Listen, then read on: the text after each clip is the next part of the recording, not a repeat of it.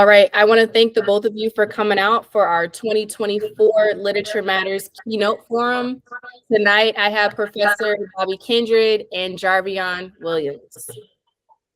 My name is Dr. Jada Ray Rodriguez, and tonight is all about learning the background of our two keynote speakers and just their thoughts on literacy.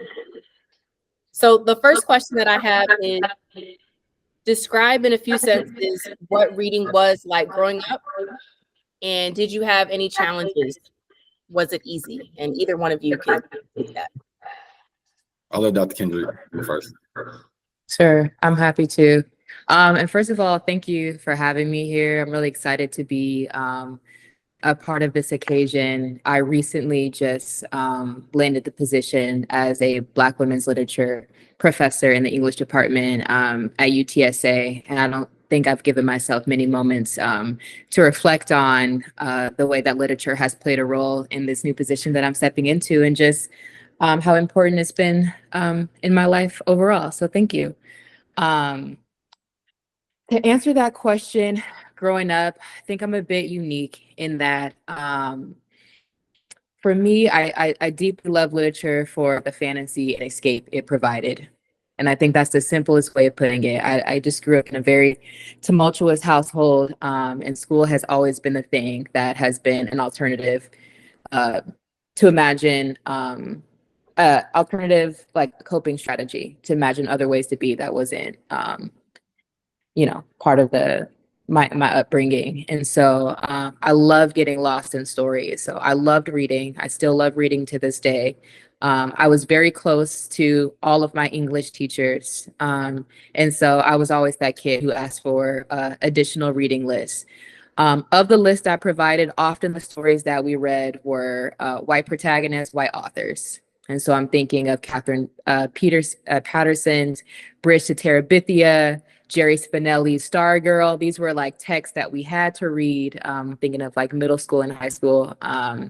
But I was always fascinated with the psychology behind the character. So I love reading for the ways I can get lost into their world. Obviously, as I grew up, the ways that Black and Brown people are written out of the canon of the stories that are on the required reading list, that didn't occur to me until I got to college. So I didn't notice those discrepancies around the narratives that were being shared, but I didn't see many challenges that I would recognize as challenges at that time in my childhood. Gotcha. How about you, Jarveon? Any challenges? What was your reading like growing up? Very instrumental. I think that my mom, I think I read more out of fear of my mom than I did on my own interest. She was just super hard on us as far as, grades go, academics and all that good stuff. And so, I was just a good overall student when it came to school. I was often in the GT programs and, I pretty much excelled, all the way through grade school from, elementary all the way, through college. And so, but she definitely just set that standard for us. And so, it felt weird not being able to, maintain that standard. So, I pretty much made all A's, all the way through school. And so anytime that, something may have slipped or, an assignment wasn't, quite up to par, I think just having that structure at home, and the expectations at home is what drove me to excel more in the academic space, whether it came to reading, math, or any of those, other subjects. But, reading was just the foundation of everything. And so, understanding that, being able to develop that at an early age helped me along the way through my life and my career as well. And so, you start getting older, you got to break down contracts and things of that nature, in this professional space. And so understanding what you're reading and how to analyze it, and retaining what you're reading. It's one thing to just read those words, but it's another thing to retain the information that, that you're actually consuming. And so being able to just establish those early skills at an early age kind of helped me, prolong my academic career as well as my professional career. It's great to hear that the both of you liked reading, and Jarveon, your mom pushed you, and my father was too. He was really big on academics, no F's, no D's, and my father had me in advanced placement and like since the 7th grade all the way to 12th. I was in all AP classes. However, reading for me was a struggle. And I don't know if it's because I was like the last baby, and maybe by the time my parents had me, it was like, okay, he got it. But I struggled in reading. And so thinking back now, I had maybe someone to look up to or a mentor or books that look like me, perhaps it may have changed. I don't know, but when we take a look at you both looking back in your college experience, how did reading influence your academics, would you say? What did it look like for you in college? I'll take this one first. When it came to college, again, right, it was kind of like a structure, and so I always performed, I guess, of the fear of failure. So, like I said earlier, like I didn't want to tell my mom, so I did good in school. Same thing like football wise, right? So, you got to pass the play, right? Just like you do in grade school and all that good stuff. And so, not wanting to be the guy or that guy, that failed, or didn't hold up his end of the bargain, with the scholarship and being able to maintain a certain GPA and certain levels. And so, I had to force myself to study more, read more, and be a better student. It's one thing to go home and have your parents, your coaches, everybody kind of keeping you on a certain pathway. But when you get to college, it's the first time that you're kind of by yourself. You have to answer those tough questions and do those tough things by yourself, depending on what your personal goals are. And so just being able to perform out of fear, I guess, is kind of, what kind of led me to excel and, go on to excel in college and finish my degree plan. But, it's very instrumental in the concepts and everything that you learn about reading and literature. And so, covering from, history all the way to, even, sports pieces, that people read on a daily basis. And so, just being able to have that foundation of understanding and, again, being able to perform out of the fear of like not looking bad, that was kind of my motivation to, excel and to be good at what I did.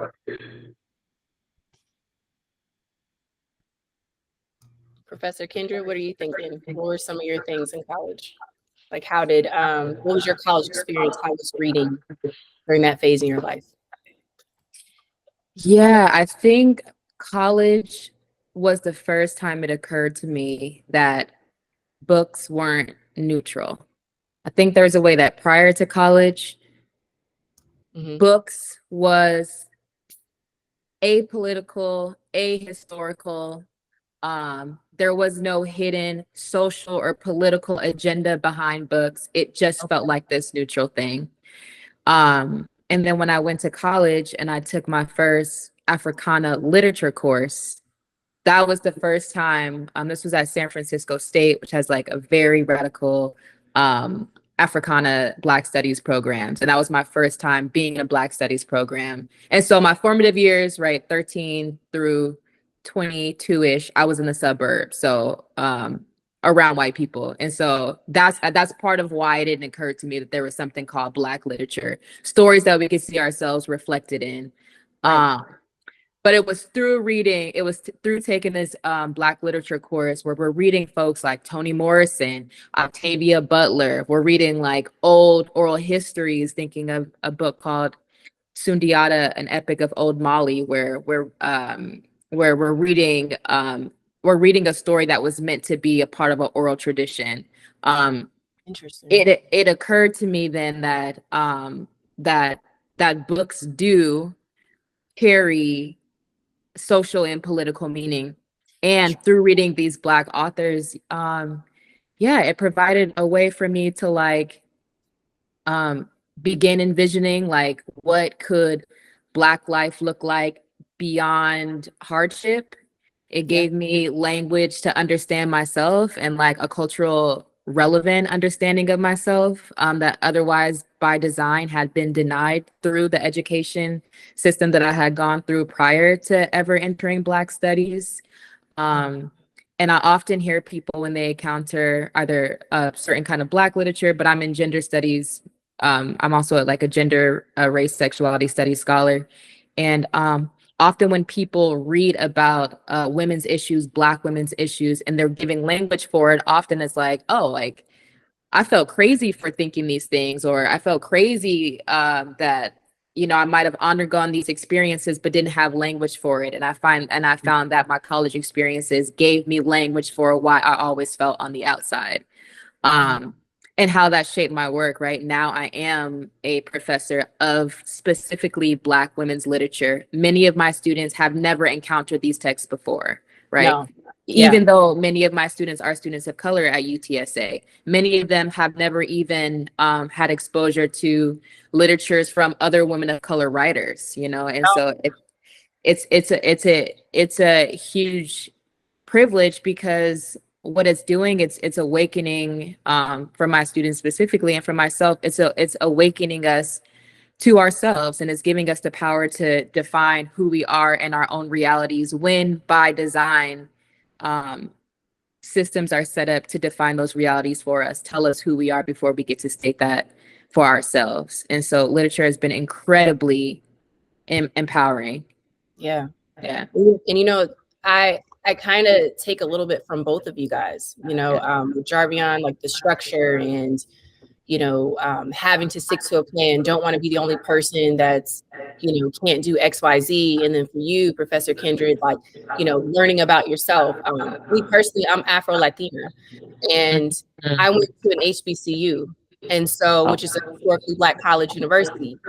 And I grew up in the suburbs as well, in Woodbridge, Virginia, which is about 30 minutes south of DC.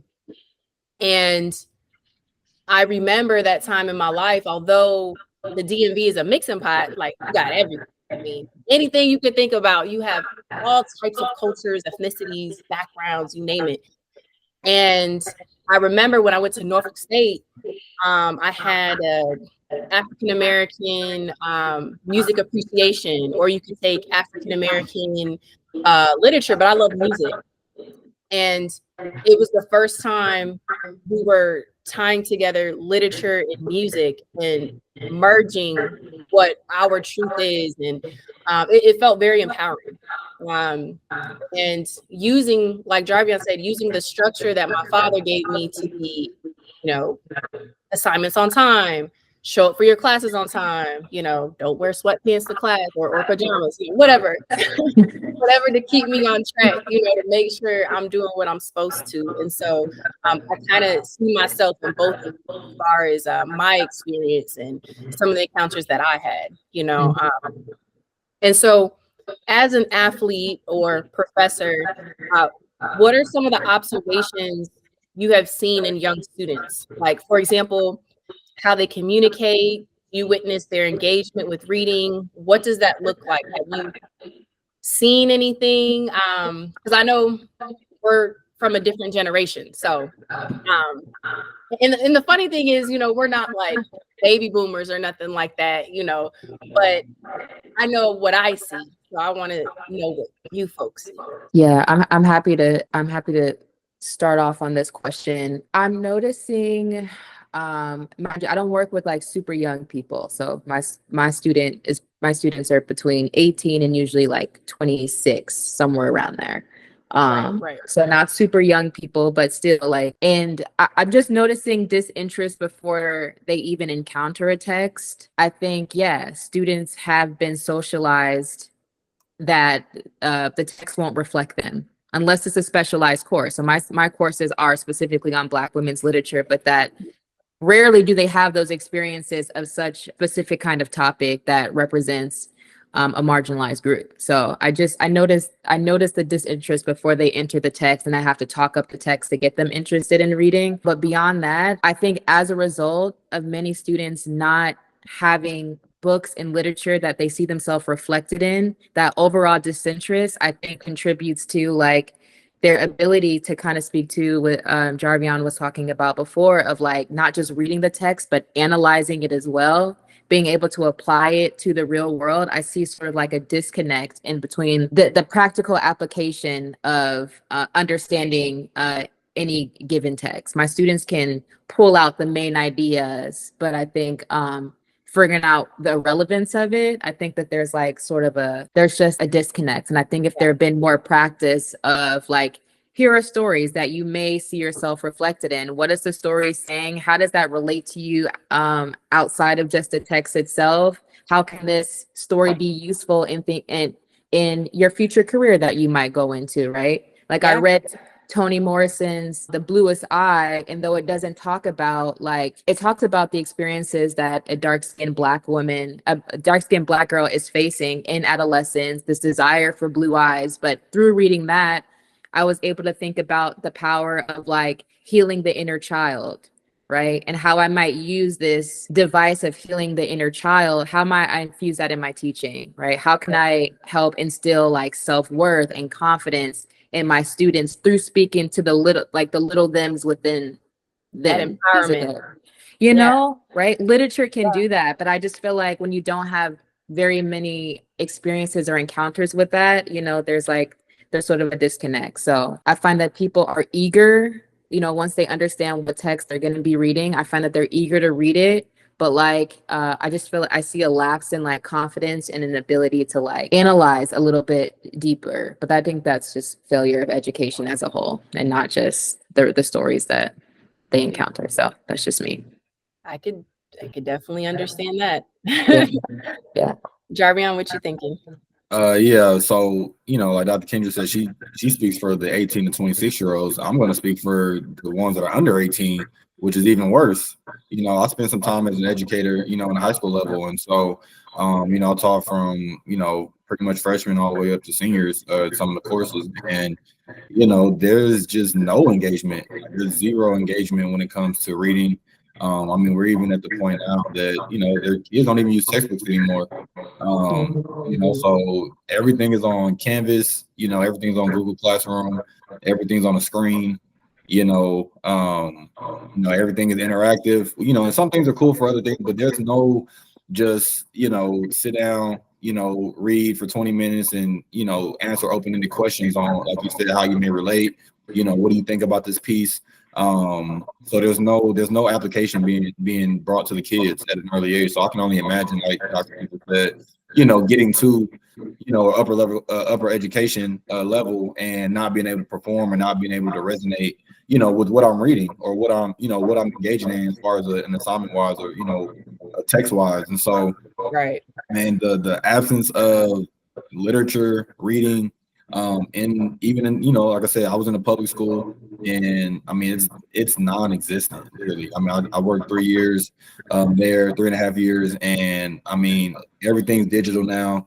Everything is going online. Everything's in a portal. Everything is, on a screen, and it takes away, I guess, like I said, it takes away from the kids being able to actively read, one, and two, being able to assess and engage and understand what they are reading and comprehending in those messages and in those texts. So, without any application going on, without any engagement going on, it's a lost cause. You're just kind of spinning your wheels and not really going anywhere. Obviously you're gonna have the outliers, the kids that do apply themselves and have some different background where they get that structure from. But for the majority, it's a vast disengagement and virtually non-existent. Yeah, and you brought up a very interesting topic about the use of digital text. And what's interesting with that, of what we're seeing, I remember one time, I think it was about 1.5 years ago, I heard it on the radio, how a mom or someone, they made the statement that it's one thing for an adult to listen to an audio book, because we know how to read, we know how to comprehend, versus a child habitually listening to an audio versus sounding out, learning the phonics of the words. Like it's skipping over that step. And so what we see now, like Jarveon is saying, like everything is just online, post-COVID, that's what everyone's doing because it's just accessible. And me personally, even as a child and now as an adult, I could go buy a digital book, but I like to tangibly turn the pages, highlight, and although I've been in school for all these years and I still have to go back and, okay, what did I just read? You know, to check myself, like, did I just read that? And so I think it hinders our children and just academically moving forward if we can't like just slow it down, tie in the cultural, like you said, Dr. Kindred, and then you know, kind of minimize the digital component and really zone in on that part. You know, it's just I don't know what's the next step. You know, because more schools. I mean, I didn't have online schooling till college. You know, and that was Blackboard when I. Yeah. You know, now it's Mhm. has taken over all of it. And that was still just kind of like entering assignments and turning in assignments. Blackboard, you Right. don't even go to Blackboard to really learn. You still have to go to class, Right. you know, you still have to go take notes and all that stuff. Like even me, I'm a pen and paper guy. You know, Right. I don't know how to. I mean, I don't know how to not type notes, but I don't feel efficient when I type notes. You know, I think I get more comprehension when I write it down and when I have my own understanding of what I just heard. You know, now I can translate it to my paper, and I'm not just trying to copy verbatim. You know what I'm reading or what was said during a presentation or whatever the case may be. And so again, like these kids, they don't it's so much information that they don't know how to process it. They don't know what they're looking for and how to, you know, navigate through the thoughts and how to navigate through the text. And so, you know, most of these assessments are set up, you know, they look for an answer. There's a multiple Exactly. choice. And you know, I read for what I'm looking for, I answer B, and I go to the next question. And so, you know, even open-ended questions and open-ended answering, you know, has gone very minimal because, you know, they're giving kids the answer and they're not, you know, interpreting, you know, what they're thinking and what they got from that piece. And so, you know, especially at the high school level, you know, you're dealing with that at a vast majority. Yeah, no, I agree. And I've seen, just like you, Jarveon, I've taught middle school, high school, and college. And in all three increments, I've seen the reading very, very different and what's missing. And which leads me to, you know, my final question.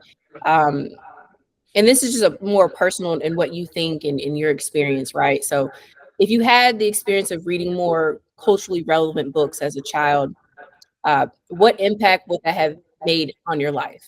Uh, for example, academically, socially, and future aspirations. I know Dr. Kendrick kind of tapped into that a little bit, like once you got to college, but had you had it as a child, you know, how do you think what would that have done for you at that time in your life? Or like Jarvion, you know, I know you said your mom was really strict on, you know, getting those assignments and, you know, academics is everything, but would that have made an impact for you? What do you think? Yeah, I think it would have made a huge impact, you know, especially being from I'm born and raised in San Antonio, Texas. So, you know, Mhm. I didn't see my first black teacher until my middle school coach, basketball coach. You know, he was a coach, and then I didn't see my next black teacher until college, maybe. Yeah. And so, you know, growing into you know, being from a major Hispanic demographic out here in San Antonio, you know, we don't have really any representation of us, you know, in schools. And if it is, it's probably on the lower income side of the town on the east side. And so, you know, if you don't live over there, you know, you don't get exposed to that. And even if you do live over there, your resources are very, very limited. So you're not even maximizing your opportunity, you know, to learn anyway. And so, you know, very few, you know, people that look like me were educators. And so being able to read things or see things that look like me was very rare. I didn't get to experience that till I got older in life and I started, you know, learning things on my own, you know what I'm saying? I started being in different places, going to college, obviously. And so being exposed to, you know, different things in the world. And so, you know, I think that I would have been, you know, obviously more well-rounded, more educated, and I would have had a more sense of self-understanding, Right. you know, as a young black, you know, male, you know, growing up in America. And so, you know, you're getting older and it's like, once you get older, it's like, it's not that it's too late, but it's getting kind of late because now it's like you're kind of getting thrown into the wolves. You know, you become a black male in society and, you know, we're being hunted. And so, you know, once you start figuring out all these things about yourself and your culture and what's going on, you know, it opens your eyes and opens your mind, you know, to what's really going on out here. And like Dr. Kendra said, you don't really realize it as a kid because you're just going through, you're reading the stories that make sense to you, that's fun to you. you know, you're still innocent. They're preying on your innocence. And so when it is time to convert to real life, they already got you where they want you because they then trained you this way your whole life. And now is you got to break those chains. And so, you know, seeing those literature examples at an earlier age would have definitely helped out a lot. Yeah. Yeah. And then did you want to add anything, Professor Kindred? Or I love what you just shared, Jarveon, and I think echoing the breaking of the chains, like, you know,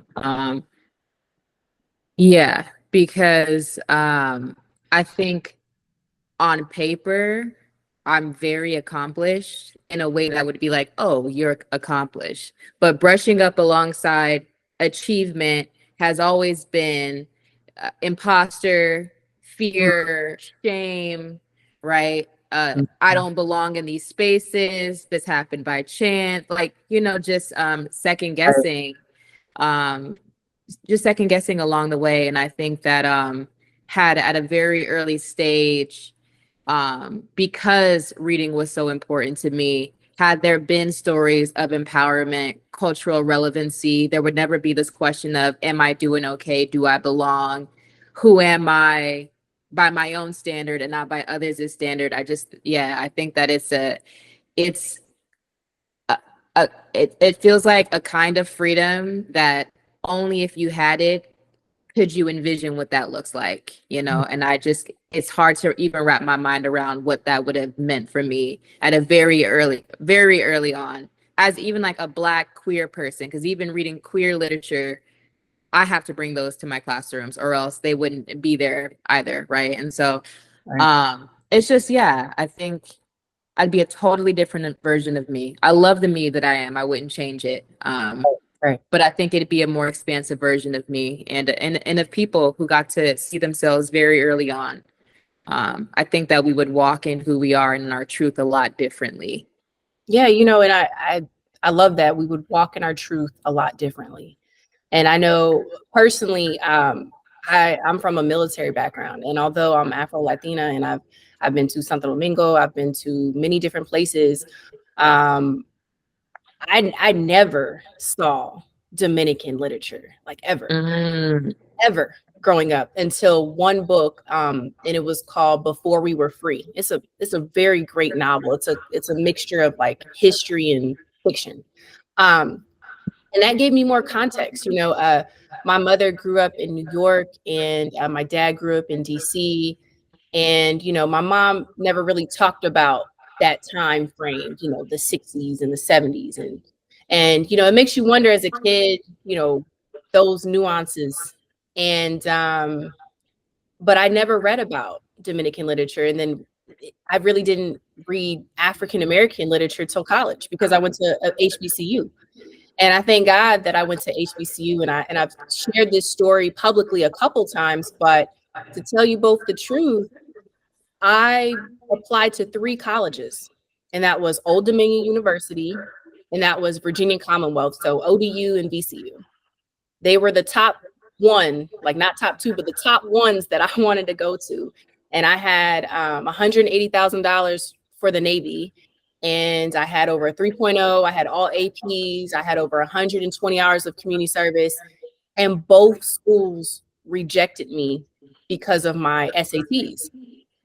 Wow. I wasn't a test taker. I wasn't a good reader. And my dad pulled up Norfolk State. I was like, Dad, you bugging. I'm not going to Norfolk State. You crazy?